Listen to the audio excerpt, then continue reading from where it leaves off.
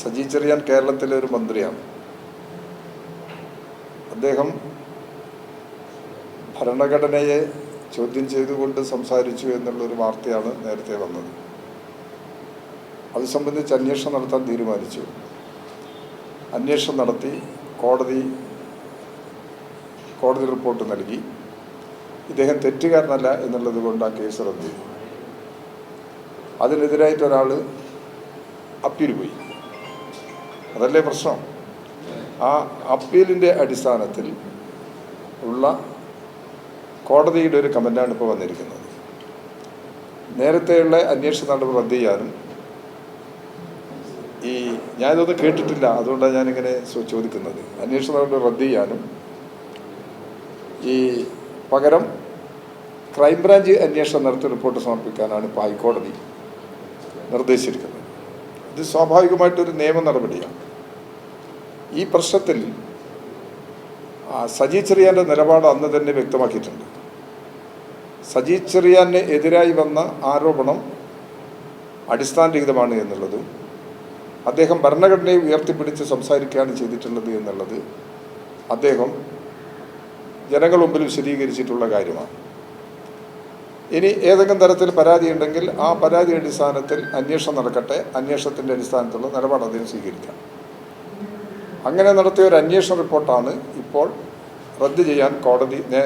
അന്വേഷണ റിപ്പോർട്ട് റദ്ദ് ചെയ്തു പുതിയ അന്വേഷണം നടത്താനാണ് കോടതി നിർദ്ദേശിച്ചിരിക്കുന്നത്.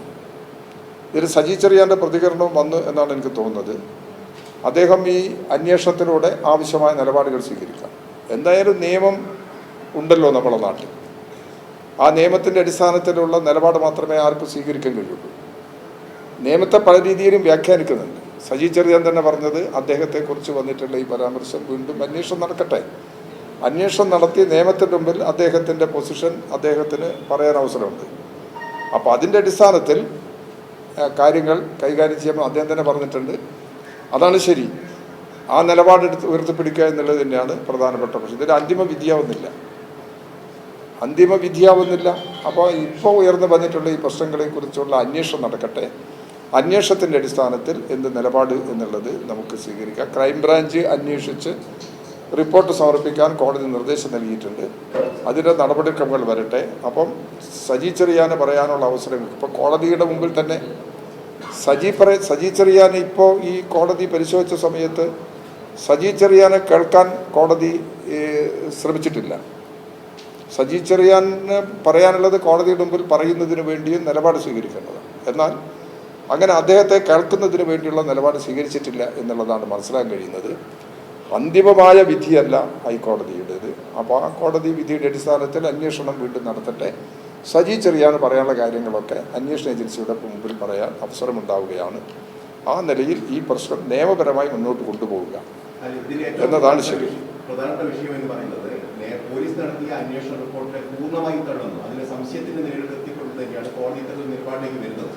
അതോടൊപ്പം തന്നെ നേരത്തെ സജി ചെറിയാൻ രാജിവെക്കേണ്ടുന്ന ആ ഒരു സാഹചര്യമുണ്ട്. ആ സാഹചര്യത്തിന് സമാനമായ ഒരു സാഹചര്യം തന്നെയാണ് ഇപ്പോഴും സൃഷ്ടിക്കപ്പെട്ടിരിക്കുന്നത്. അത് നിങ്ങൾ വ്യാഖ്യാനിക്കല്ലേ. കോടതി അങ്ങനെ പറഞ്ഞിട്ടില്ലല്ലോ.